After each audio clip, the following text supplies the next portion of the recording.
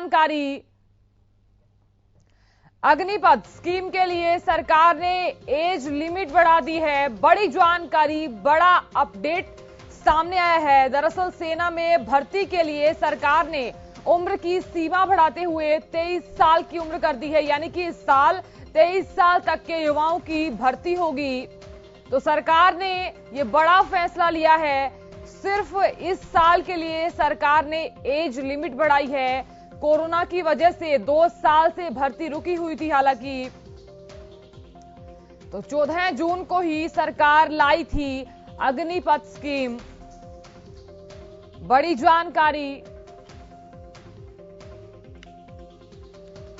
तो सरकार ने युवाओं के लिए एक बड़ा फैसला लेते हुए ये जानकारी दी है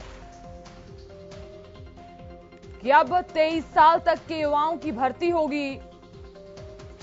सिर्फ इस साल के लिए सरकार ने एज लिमिट बढ़ाई है। कोरोना की वजह से 2 साल से ये भर्ती रुकी हुई थी। 14 जून को ही सरकार अग्निपथ स्कीम लाई थी। अग्निपथ स्कीम के लिए सरकार ने एज लिमिट बढ़ाई है। हालांकि आपको ये बता दें कि अग्निपथ स्कीम के खिलाफ लगातार जो आक्रोश है वो नजर आ रहा था। कल भी हमने आपको वो तस्वीरें दिखाई।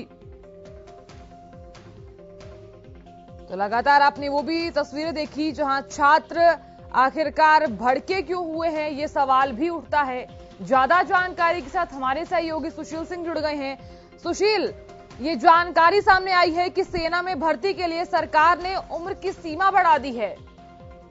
बिल्कुल साधना, देखिए कल जिस तरह से प्रदर्शन रहा और पूरे देश में उबाल मचा था, जो युवा थे वो आरोप लगा रहे थे कि उनकी एज 20 साल 22 साल हो गई और 2-3 सालों से भर्ती नहीं निकली।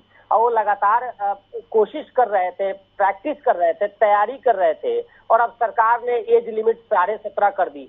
और कई जगह आगजनी की घटनाएं देखी गई, ट्रेनों में आग लगाने की घटनाएं देखी गई, हाईवे जाम की घटनाएं भी सामने आई, जिसके बाद सरकार ने संज्ञान लिया है और इसमें एज लिमिट केवल 1 साल के लिए 23 वर्ष किया है। यहाँ दर्शकों को हम बार बार बता रहे हैं कि केवल 1 साल के लिए एज लिमिट की गई है, यानी जिन युवाओं की एज 23 साल तक है वो इसमें अप्लाई कर सकते हैं और वो इसमें अप्लाई कर अग्निवीर बन सकते हैं। जो अग्निपथ योजना है इसके तहत उसका हिस्सा बन सकते हैं। तो ये सरकार का एक अच्छा पहल है और कल जिस तरह से प्रदर्शन हुए उसको देखते हुए सरकार ने यह फैसला लिया है। जी ठीक है सुशील, उम्र आपने बढ़ा दी है, लेकिन युवाओं का सवाल ये भी है कि अग्निवीरों का 4 साल के बाद क्या होगा, क्योंकि 2 साल तो लगभग ये लग जाते हैं ना कि प्रैक्टिस करने में, तो 2 साल तो ऐसे ही चले जाते हैं, फिर उसके बाद 4 साल होने के बाद उनका क्या होगा?